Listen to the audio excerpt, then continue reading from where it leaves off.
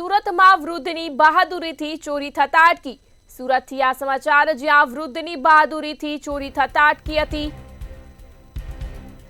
સુરતથી આ બનાવ સામે આવ્યો, જ્યાં શહેરના બે વૃદ્ધના મકાનમાં લૂંટારૂ પ્રવેશ્યો હતો। હાથમાં પિસ્તોલ સાથે દંપતીને ધમકી આપી હતી। ઘરમાં હાજર વૃદ્ધ દ્વારા હિંમત દાખવવામાં આવી। વૃદ્ધે ફિલ્મી સ્ટાઇલમાં લૂંટારૂની પિસ્તોલ પકડી લીધી। સુરતથી આ સમાચાર, જ્યાં વૃદ્ધની બહાદુરીથી ચોરી થતા અટકી। વૃદ્ધે પ્રતિકાર કરતા લૂંટારૂ ઊભી પૂંછડીએ ભાગ્યો। વૃદ્ધ મહિલાએ બૂમાબૂમ કરતા અન્ય લોકો દોડી આવ્યા હતા। લૂંટારૂએ દોડીને આવેલા લોકોને પણ પિસ્તોલ બતાવી। જો કે લોકોએ ભેગા મળી લૂંટારૂને પકડી પાડ્યો હતો।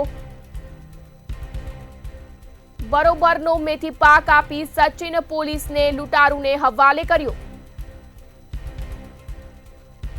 પોલીસે આરોપી વિશાલ સુનિલ ત્રિવેદીની ધરપકડ કરી। સમાચાર સુરતથી, જ્યાં વૃદ્ધની બહાદુરીથી ચોરી થતા અટકી હતી।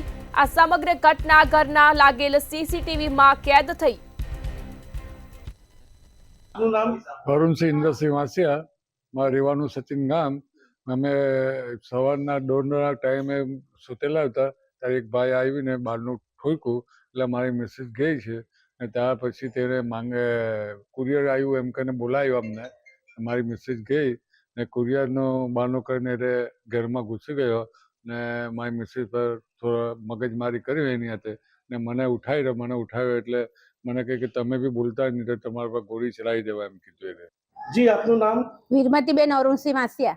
શું ઘટના બની હતી કાલે બપોરે અમે સુતેલા હતા, દોડના ગાળાનામાં એક ભાઈ આવ્યો ને એણે બારણું ખખડાવ્યું ને એમ કહે છે કોઈ હે, એટલે મેં અંદર બહાર નીકળીને જોઈને તે એમ કે विवेक है, तो मैंने बोला कि नहीं है, तो उसने बोला कि कुरियर है, तो मैं कीधु दे दो, तो उसने बोला कि वो तुम्हारी उसकी वाइफ है, तो मैंने बोला हाँ है। फिर बोला उसके पिताजी है, मैंने बोला हाँ है। तो उसने बोला कि आप उसकी माताजी है, मैंने कहा हाँ। फिर बोला उसकी वाइफ है, मेरे को क्या बुलाऊं, मैं इसने बोला कि कुरियर है तो दे दो ना। तो उसने गन निकाली। फिर मैंने को बोला कि चिल्लाना मत, ये तो गोली चला दूंगा। पहला तो मैं बहुत घबराई गई कि आ तो મને ગોળી મારી જ દેવાનો, પછી મને ભગવાને હું શક્તિ